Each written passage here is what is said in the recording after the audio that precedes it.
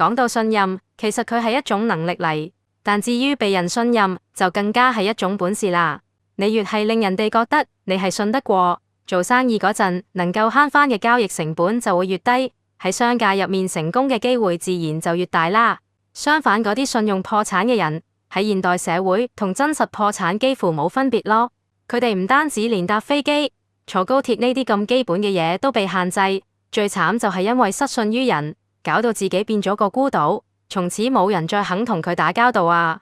喺人生嘅信用戶口入面，每一次講得出做得到嘅，同每一次真心咁對人，其實都係幫緊你嘅未來嚟儲緊本啊！至於嗰啲將自己信用敗清光嘅人，就會永遠被認識嘅人列入要提防同遠離嘅黑名單嗰度。至於有信用嘅人講嘢會有分量，佢講啲乜，大家都會聽得入耳。其實喺呢個世界上最天然嘅信任機制，就係有血濃於水嘅親情關係啦。不如等我講個幾得意嘅故仔俾你聽啦。話說喺某個鄉村入面，你個兄弟突然有急事問你借錢，你可能唔會諗太多就拎咗錢出嚟俾佢先。喺你心目中，兄弟之間嘅事就係自己嘅事。但係如果換着係兄弟個朋友有難嚟問你借錢呢，你實會度嚟度去。就算兄弟同佢做擔保同求情，你個心都仲會15、16咁諗緊呢條友信唔信得過㗎？明明你本身係信得過你嘅兄弟，而你兄弟又信得過佢朋友，但係你就唔係好信你兄弟個朋友咁喎。呢個現象真係幾得意㗎。明明兩段關係都係互信嘅，但份信用就係傳唔到過去。信用嘅唔流通，真係商業史上嘅終極難題嚟㗎。最後你睇住你兄弟份上，都係借咗錢俾佢，但為咗保障自己，就要求對方一齊簽合同，講明如果唔準時還錢，就要攞佢架車嚟抵債。點知個朋友仔真係老實人嚟，搏命咁加班賺錢，但偏偏就係唔夠運，期限到咗都係唔夠錢還。結果你哋兩個就喺條村度嘈到拆天。對方話俾多2個月時間我得唔得啊？就2個月，真係2個月咋？你就話唔得，白紙黑字寫到明，唔還錢就揸走你架車。佢就回應話：你揸走我架車，我仲點樣出城市打工搵錢嚟還啊？2個月都唔肯通融，你好狠心咯。就咁，2個人搵到去鄉紳嗰度評理。每條村通常都有個德高望重嘅老人家，專門幫啲村民處理啲好似真假美猴王式嘅糾紛噶。你哋搵嘅呢位老人家，就係成條村入面最有信用同最受尊重嘅人嚟，大家都覺得佢係公正，所以信得過佢嘅調解。老人家慢條斯理咁開聲話：靜啲靜啲，因乜事咁燥啊？一個就攞住份合同大聲話要揸走架車，另一個就喊苦喊忽咁話：阿公，你睇住我大噶，我唔係一個唔還錢嘅人嚟噶，架車真係唔俾得佢，我仲要靠佢出城市打工噶。聽完兩邊嘅說法之後，老人家就緩緩咁抬起手同你講：後生仔，你就當俾面我呢個老人家，再俾多2個月時間佢啦。轉頭又對住欠債嗰個人話：你啊，2個月內一定要還錢，仲要拎多2包大米俾人哋當利息啊！好啦，鄉里鄉親，唔好再嘈啦，就咁散水啦。其實呢個德高望重嘅鄉紳就係做緊擔保人嘅角色啦，佢成為咗兩邊信用嘅中介。冇咗佢呢個信用中介，啲糾紛真係拆唔掂噶，交易仲會做唔成添。呢啲信用嘅中介喺商業世界係好緊要噶，就係因為大家都信得過佢，所以得佢講嘅嘢先會有人聽。鄉紳文化本來就係一種信用文化嚟，有信用嘅人自然就會受人尊敬，講嘢自然就有份量啦。依家再講個更加得意啲嘅故仔啦。今次你唔係鄉村入面嘅債主，而係一個聞名嘅江湖神偷。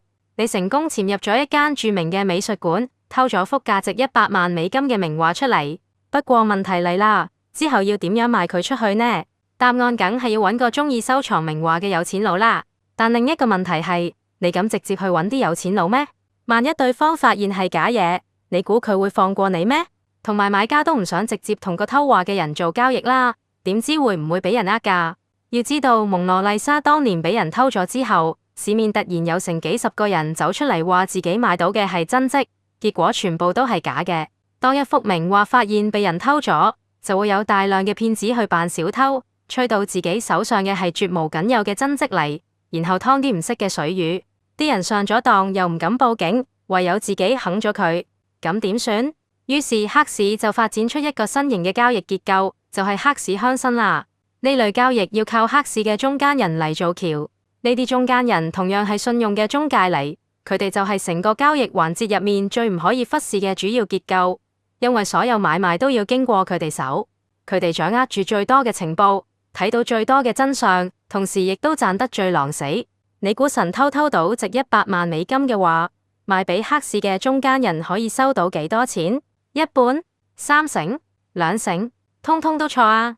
按行情，黑市中間人通常只會用5%嘅價錢嚟收貨，即係話值100萬嘅話，神偷最多就拎得5萬蚊咋。所以話神偷本質上只係個勞動者，唔理佢偷嘅話有幾巴閉，賺到嘅都只係得雞稅咁多。佢冒住要坐監嘅風險，其實就只係賺緊嗰少少辛苦錢，大部分嘅錢都俾黑市啲中間人食晒，真係名副其實嘅中間商賺差價。而黑市嘅中間人之所以賺到盡，就係因為大家都信得過佢，呢個就係市場對黑市從業員信用嘅定價啦。由此可見，有信用真係好值錢噶。不過黑市中間人都唔易做噶，信譽係佢哋揾食嘅主要架撐嚟，要非常之小心維護自己個名聲噶。佢哋知道喺呢行度揾食，個袋一臭咗就冇得撈噶啦。用信譽嚟換地位同揾錢嘅機會好似好易，但係一夜之間敗壞個信譽仲加容易咯。所以話道亦有道，喺道上面撈，個袋臭咗就等於斷米路，信譽貴過黃金，仲矜貴過條命啊！如果你覺得以上嘅例子都好離地，咁不如等我講件真人真事俾你聽啦。呢個係關於重生同守護信用嘅故事嚟。呢位主角真係好令人敬佩噶。話說中國某個二線城市入面有個普通人，佢搞理財生意搞到啲資金鏈斷裂晒，之後仲爭啲嚇成4000幾萬人仔，響出面啲數又收唔返。換着係其他人，可能一早就走佬，或者申請咗破產。佢都試過絕望到頂，真係有一刻諗過想學大鳥咁跳樓一了百了就算，但係一諗到屋企同個聲譽，最後聽咗孔子同王陽明嘅道理之後就諗通咗，就算再難，都難得過王陽明嘅龍場悟道咩？再窮又窮得過顏回？於是佢決定發奮，用呢幾年嘅時間將傳統農貿嘅生意改造成用 IoT 嚟追蹤啲雞鴨鵝嘅生產物流。而家成個城市嘅雞鴨鵝供應都幾乎俾佢壟斷晒，佢已經還咗3000萬出去，剩低嗰1000萬佢都有信心可以還得清。大家見佢咁有信用，都冇再繼續追佢數啦。講真，見慣晒出面啲人成日耍埋晒啲小聰明同走精面，一遇到困難就淨係識縮沙。但好似佢咁肯承擔責任嘅，真係買少見少咯。咩叫信用？點樣先可以獲取信任？唔係齋睇你有幾多錢幾大權噶。呢啲都只不過係人哋嘅趨炎附勢嚟啫，而本質上，人生喺賺取信任嘅過程當中，就係用責任嚟換取信任嘅勇氣之旅嚟噶。呢家總結翻先，其實我成日都諗，喺呢個世界上，有咩嘢係貴重得過條命？可能就係留低嘅名聲同人哋對你嘅評價啦。唔求名垂千史，但至少唔好搞到遺臭萬年先。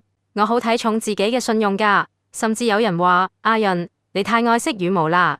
其實冇錯噶，我真係特別緊張自己嘅羽毛噶，因為我知道信用係一個人最大嘅資產嚟。